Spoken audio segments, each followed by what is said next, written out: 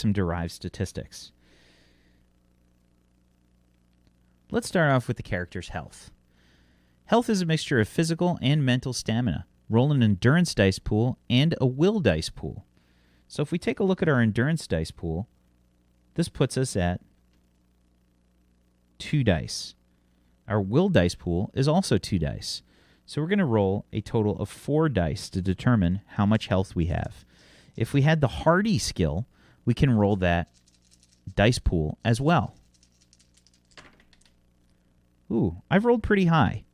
I've got 11, 16, 18. That's a really good health score. I'll mark that down now. Next up, let's calculate our speed. You need to determine your regular speed and your climb speed. Note that this also applies to your swim and other forms of movement. Your speed is equal to the size of your strength dice pool plus your agi dice pool.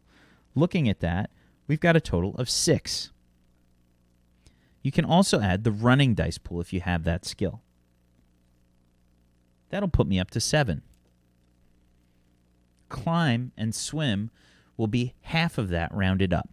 So that's going to put us at 4 for climb and 4 for swim. Now, if I had the climbing or swimming skill, I could also factor that into my dice pools. But I don't, so we're at 4. Our jump is going to be improved by our exploit that we got from being a felin, the jumper. Now, the normal calculation for jump is our horizontal jump being equal to twice our agi attribute in feet.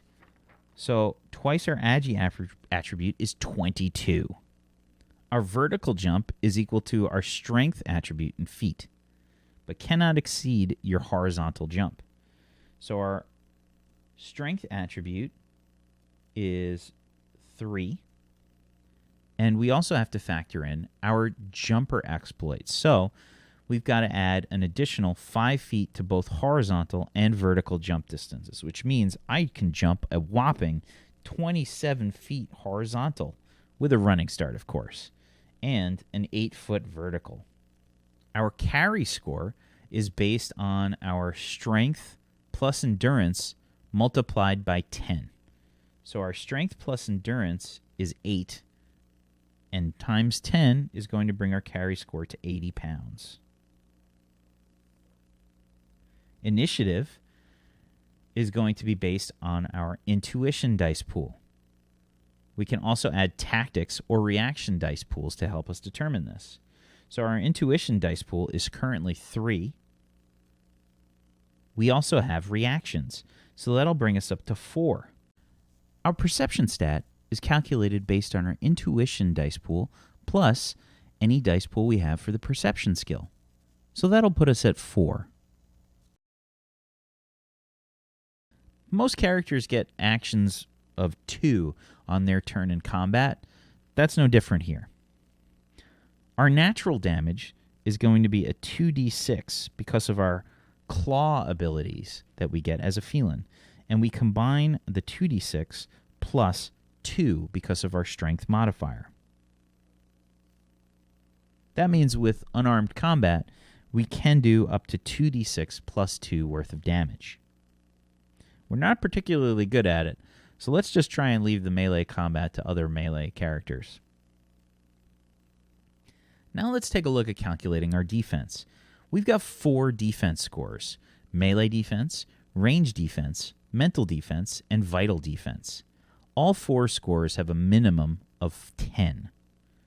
Believe me, that's pretty handy. If you've ever watched Warped before, you'd know that a lot of players don't really seem to care about their defense until they start getting hit. So you'll notice when we're calculating our defense scores, there's a section on page 63 that has different pool sizes. What happens here is we use pre-calculated dice pools because we use these numbers so frequently that rolling every single time that we take an attack would slow the game down tremendously. So what we do here is we average the numbers, and depending on the dice pools that we've got for each of these scores, we'll determine our overall defense. Let's take a look. Our melee defense we're going to use the highest of our strength and agility. In our case, it's clearly agility. So far, we're at 4d6. Then for skill, we can use one skill that might help us with melee defense. In this case, we can use acrobatics, dodging, or foresight. We also have the option of choosing a melee weapon skill or unarmed combat skill to help us with this. But we have acrobatics, so that'll work for us. That's going to put us at a 5d6 for melee defense, which equals an 18 defense. If we had equipment that could help us further, such as a high-quality shield or almost any other kind of shield, we can boost our defense up there too. But we don't have that just yet, so let's mark down the 18 for now. For our range defense, we're going to use our Agi dice pool again. That puts us at a 4d6 to start. And then if we look at our possible skill choices, we can still use acrobatics. That keeps us at this 18 for range defense. Okay, time for the mental defense. Mental defense uses the highest of will and charisma. I think that's going to be charisma in our case. That's going to give us a 3d6 to start. For mental defense skill choices, we could choose concentration, meditation, bravery, discipline, religion, conviction, leadership, psychology, or rulership. Looks like we don't have any skills that can help us with our mental defense. So that's going to leave us at a 3d6 for our mental defense based on our charisma, which is only an 11. That could very well be a potential weak point later on. Next up is our vital defense. Our vital defense, we're going to use our endurance dice pool, which is only a 2d6.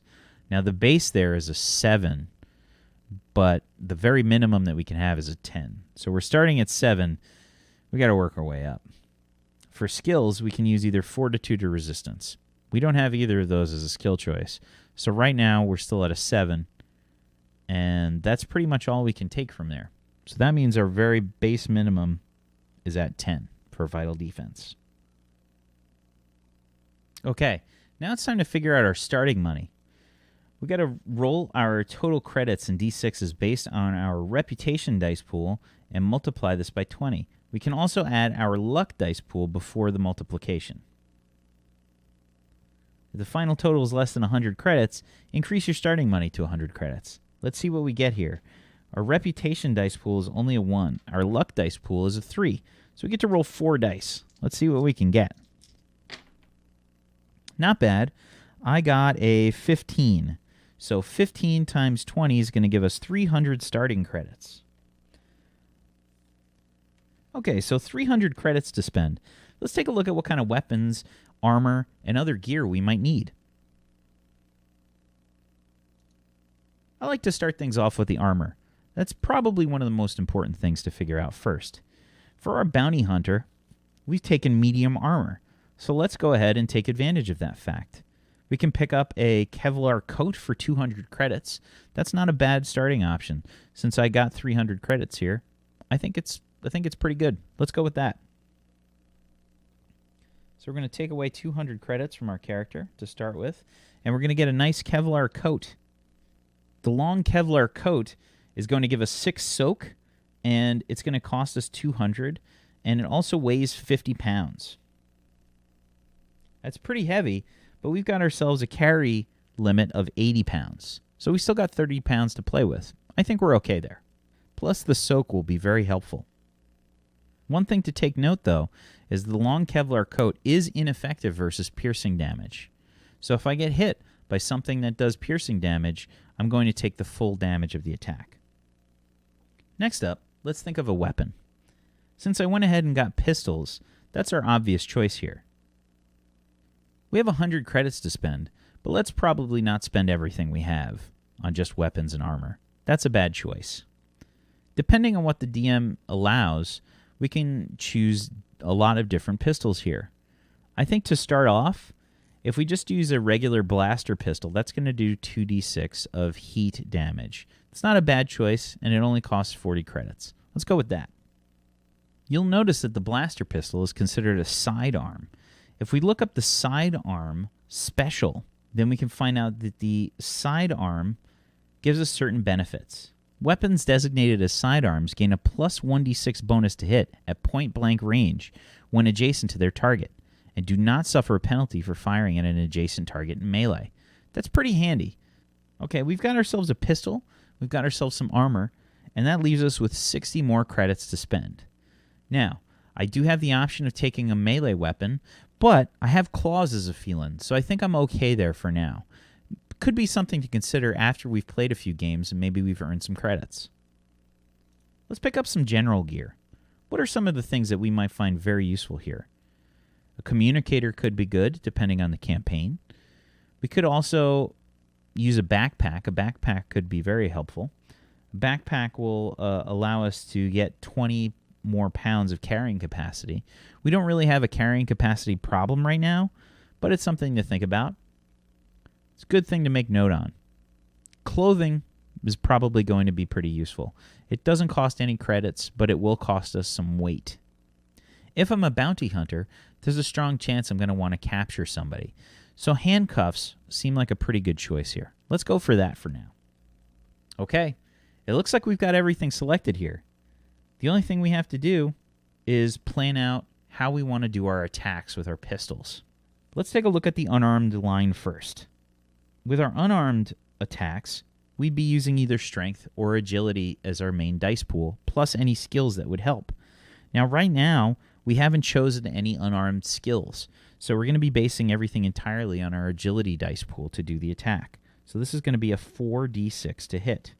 The damage would be the natural damage that we've put down before, which is a 2d6 plus 2. The range is melee. And if there would be any kind of special damage that we do when we do unarmed combat, that's a good place to make note of it under the notes section. The only thing we've got to do is write down our information for our pistol attacks. So, let's add our blaster pistol to our weapons.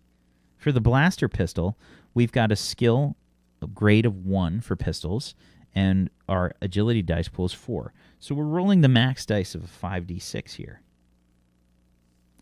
The damage is going to be based on the blaster pistol's damage, which is a 2d6, and that's going to be heat damage. Also make note of the range. The blaster pistol can fire from 10 squares away if every square is 5 feet on the grid, or 50 feet away. Okay, it looks like we've got everything filled out on our character sheet. Oh, wait, I forgot the most important thing, a name. This seems appropriate. Thanks everybody for watching this character creation video for the What's Old is New RPG, specifically the N.E.W setting. I'm Wax Steven, and I hope to see you guys soon. Bye.